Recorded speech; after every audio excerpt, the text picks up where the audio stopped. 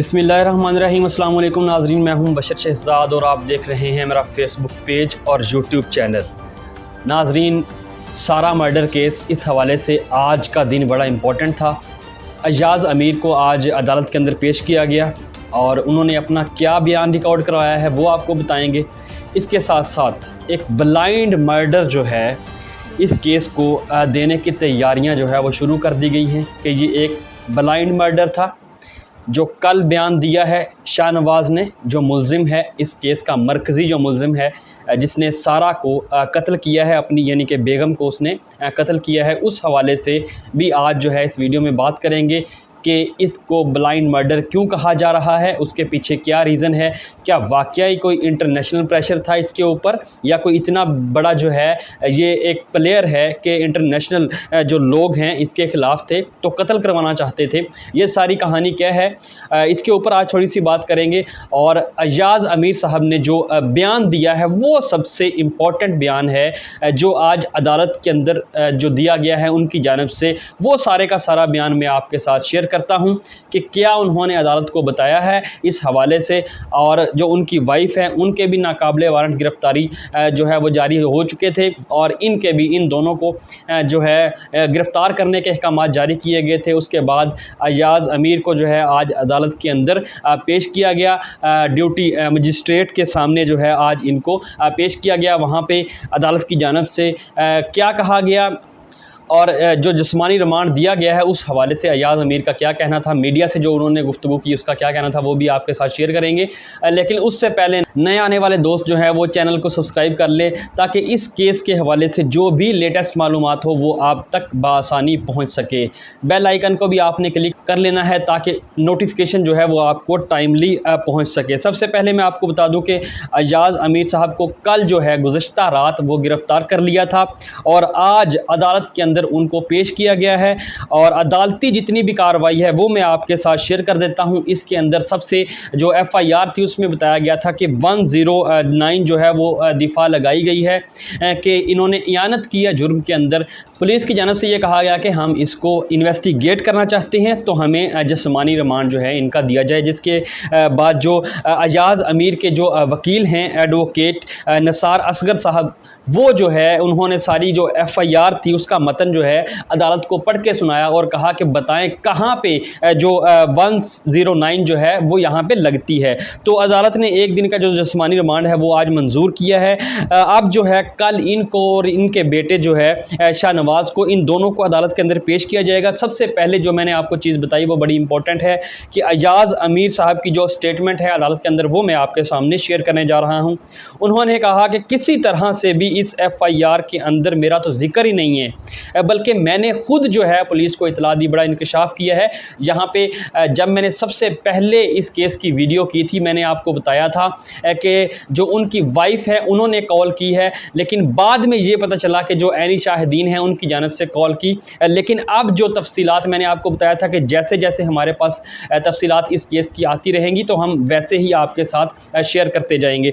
तो अब जो है ये मालूमात जो है सामने आ रही है। उन्होंने बयान दिया है कि मैंने सबसे पहले पुलिस को इतला दी, मैंने कहा कि आप वहाँ पे जल्दी पहुँचें और वहाँ पे जाके कोई ना कोई ऐसा ना हो कि कोई जो क्राइम सीन है वहाँ से सबूत जो है वो मिटा दिया जाए, आप वहाँ पे जाएं। ये काम वहाँ पे हो चुका है, सबसे पहले मैंने कॉल की। उसके बाद उन्होंने कहा कि IG से भी मैंने बात की। फिर उन्होंने कहा कि मैंने SHO को भी कहा कि जल्दी वहाँ पे पहुँचे और लड़की को बचाया जाए, अगर हो सकता है तो जल्दी से लड़की को जो है हॉस्पिटल भी मुंतकिल किया जाए। क्योंकि जो कल बयान दिया था शाहनवाज़ की तरफ से कि मैंने जो है इस लड़की को जब टप में फेंक दिया उसके बाद मैंने पिक्चर जो है वो अय्याज़ अमीर साहब यानी कि अपने वालिद को भेजी थी।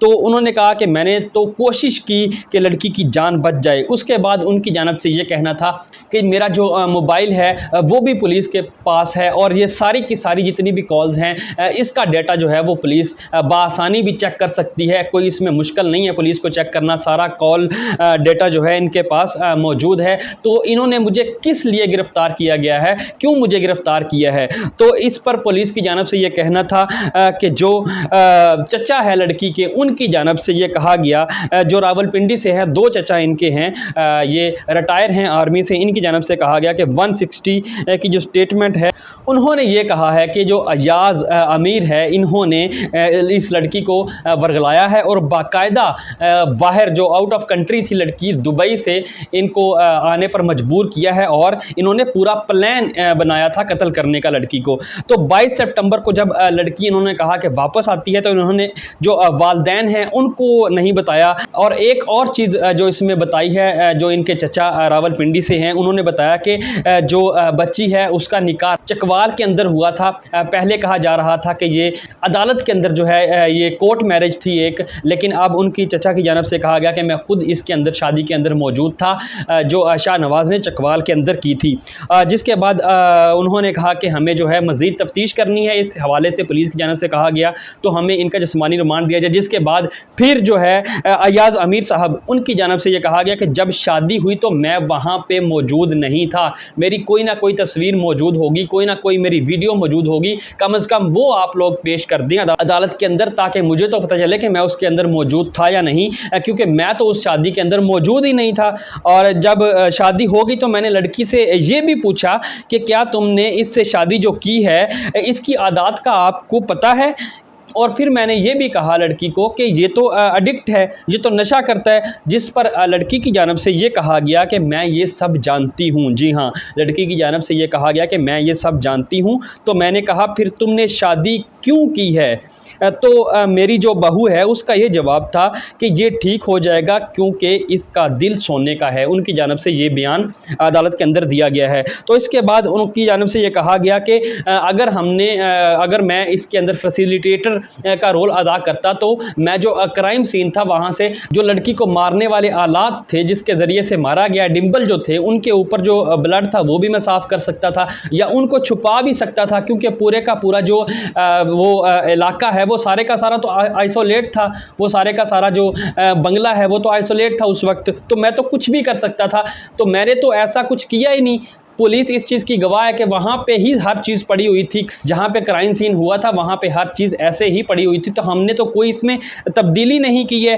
तो मैंने तो पुलिस को इन्फॉर्म किया है बल्कि कि वहाँ पे पहुँचे और जाके देखे, बल्कि मैंने ये बताया कि इन्होंने पूछा कि किस तरफ है, तो मैंने बताया कि 2 गलियाँ छोड़ के तीसरी गली के अंदर जो है ये सारा वाक़या पेश आया है। तो मेरी उनकी जानिब से कहा गया कि ये गलती है कि मैंने कोई हेरा फेरी नहीं की।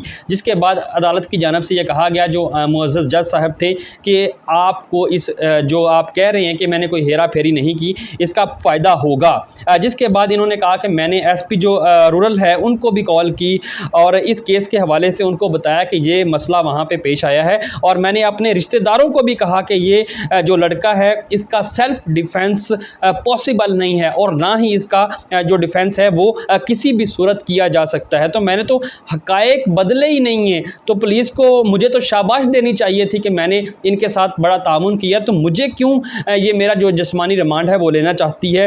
अलबत्ता जी जो पुलिस है उनकी जानिब से कहा गया कि चचा है लड़की के, उनकी जानिब से स्टेटमेंट मौजूद है तो हमें रिमांड दिया जाए। जिसके बाद अदालत की जानिब से 1 रोज़ा जो जिस्मानी रिमांड है वो आज दिया गया है।